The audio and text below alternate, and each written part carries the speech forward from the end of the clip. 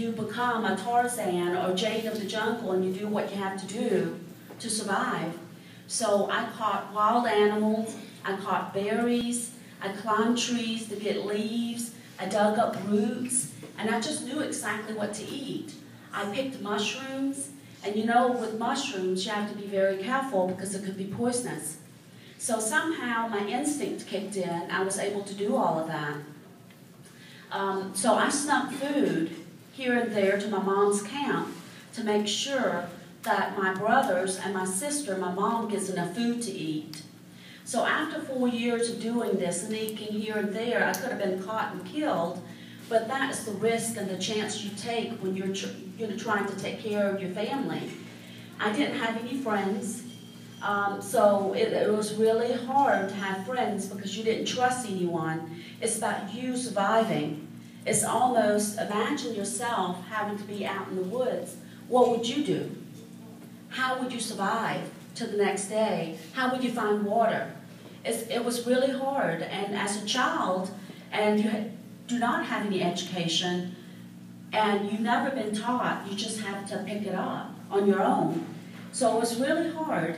And during this whole 4 years in the work camps, they would let us go to our mom's or parents' camp if we were good. So we didn't get to go all the time. We just get to go when we're good.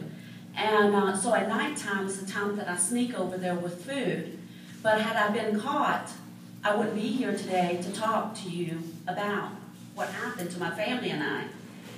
But during this time of traveling back and forth, my mom told me that she heard that there's going to be a war going on between the Vietnamese and the Khmer Rouge soldiers. And all these soldiers, all they wanted was land. They wanted to fight for the land. They want Cambodia. And they didn't care about the people. I mean, they could care less if all the people died.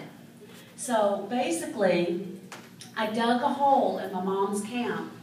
And the hole is basically covered with wood on top and then leaves.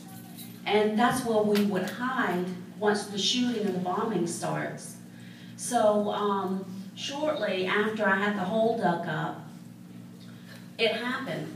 The shooting was going on, and it was late in the evening, and people were running everywhere throughout the jungle of Cambodia, just trying to find their mom, their dads, and trying to find each other.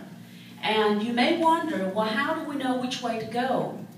Well, we knew there's one way into the jungle, and there's only, so many ways to get out. You don't want to go into the jungle because your parents is closer to the city. So we all ran out, and through our path, there was just moonlight, and so that's what our light and electricity was like. That's the only way we could see our path. So everyone was screaming for their children, and the children that was out there were just crying and screaming for their mom and dad. So a lot of them never found their parents. Some of them were lost. Some of them were lucky enough to find each other. And my family was very fortunate. They're Lynn, and I know you guys know Lynn, and myself and my older sister, Q, we found my mom because Mom came towards us and we went towards her looking for her.